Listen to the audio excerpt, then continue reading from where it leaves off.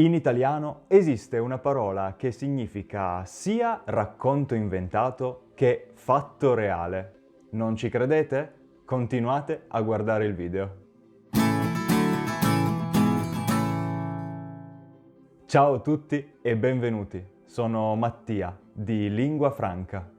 Nel video di oggi vi insegnerò 15 parole italiane che possono avere significati completamente opposti in base al contesto. Cominciamo subito. La prima parola di oggi è avanti. Avanti può significare sia prima, come nella frase passare avanti, sia poi, come per esempio nella frase d'ora in avanti. La coda era molto lunga, quindi ho deciso di passare avanti. D'ora in avanti studierò italiano tutti i giorni.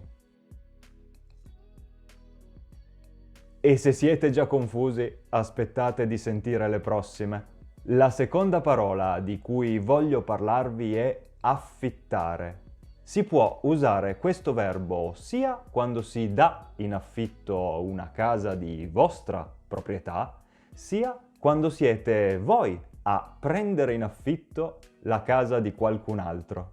Ho affittato la mia casa al mare a una coppia di Milano. Lui affitta la casa da tuo zio.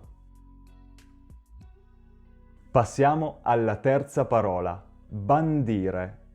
Si tratta di un verbo molto particolare che può riferirsi sia all'atto di vietare qualcosa, sia a quello di sancire qualcos'altro.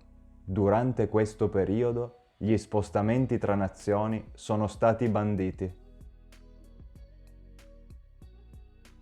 Il re ha bandito una nuova legge. E prima di arrivare alla prossima parola, ho notato che metà delle persone che guardano i miei video non è ancora iscritta al canale. Sei tu? Oppure sei tu? Se sei tu, iscriviti al canale, così non ti perdi nuovi video ogni settimana. Se ti sei iscritto, possiamo continuare con le nostre parole. Passiamo alla quarta. Cacciare. La parola cacciare può indicare sia il gesto di inseguire qualcuno o qualcosa, sia l'allontanare. I miei genitori mi hanno cacciato di casa. Marco cacciava la volpe silenziosamente. Per la prossima parola dobbiamo chiederci cosa significhi il termine curioso. Questa parola può infatti riferirsi indifferentemente a qualcosa che suscita curiosità, così come a qualcuno che prova curiosità. In pratica, quando trovate qualcosa di strano, sia voi che quella cosa siete curiosi. Sono molto curioso di sapere cosa mi hanno regalato. Che spettacolo curioso! Arriviamo alla sesta parola, feriale. Devo ammettere che questa parola ha confuso per tanto tempo anche me. Sui cartelli di divieto di sosta, alle volte c'è scritto eccetto nei giorni feriali e per un sacco di tempo mi sono chiesto se significasse nei giorni lavorativi o nei periodi di ferie, quindi quando non si lavora. Questo termine, infatti, può significare entrambe le cose.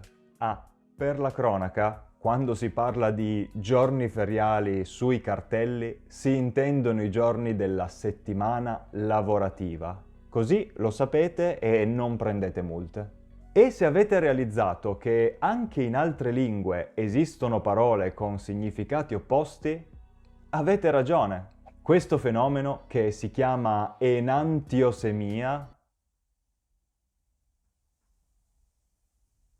fu studiato nel XVII secolo dal teologo e orientalista inglese Edward Pocock. Pocock? Vabbè, che lo ritrovò in molte lingue, come l'ebraico, l'aramaico e l'arabo. Ma basta con la teoria, parliamo di ospite, la nostra prossima parola. Anche questa parola spesso confonde. L'ospite può essere infatti sia la persona che ospita, sia la persona che viene ospitata. Quando avete qualcuno in casa, quindi diventate tutti ospiti. L'ospite è stato gentilissimo con tutte le persone presenti in casa sua. La prossima settimana sarò ospite di un amico in Toscana. E l'ottava parola è pauroso. Non perché faccia paura, è proprio quella la parola. Può voler dire sia appunto qualcuno o qualcosa che fa paura, ma anche qualcuno che ha paura. Luca è molto pauroso, si spaventa sempre. Quella casa abbandonata è molto paurosa. Punizioni e regolamenti sono i temi per la prossima parola. Sanzionare. Questo verbo può significare sia approvare, sia punire.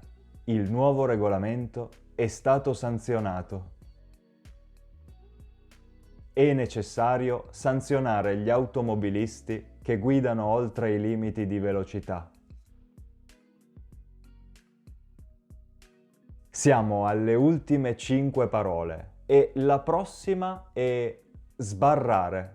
Questa parola ci permette di chiudere e aprire qualcosa contemporaneamente, perché può riferirsi a entrambe le azioni. Sono fuggiti in quella casa e hanno sbarrato la porta. Appena l'ho visto, ho sbarrato gli occhi. La 12ª parola ci porta alle faccende domestiche e alla cucina. Si tratta del termine spolverare, che significa togliere la polvere, ma anche mettere la polvere. È ora di spolverare i mobili. Come ultimo passaggio, spolverate la torta con lo zucchero a velo. Probabilmente vi state chiedendo come si possa fare per capire quale dei due significati abbiano queste parole quando le incontriamo scritte o le sentiamo dire a qualche madrelingua. La risposta è che purtroppo non esiste una regola, ma per fortuna il contesto ci permette di capirlo quasi sempre senza troppi dubbi. E arriviamo ora alle ultime 3 parole. Cominciamo con la parola sposare, che può significare sia dare in sposo o sposa, sia prendere in sposo o sposa. L'imperatore sposò sua figlia al principe per motivi politici. La scorsa settimana Dario si è sposato con Marta. La penultima parola è storia ed è proprio la parola di cui vi parlavo all'inizio del video. Esistono le storie di fantascienza e di fantasia, ma la storia è anche ciò che è successo nel passato. Raccontami una storia.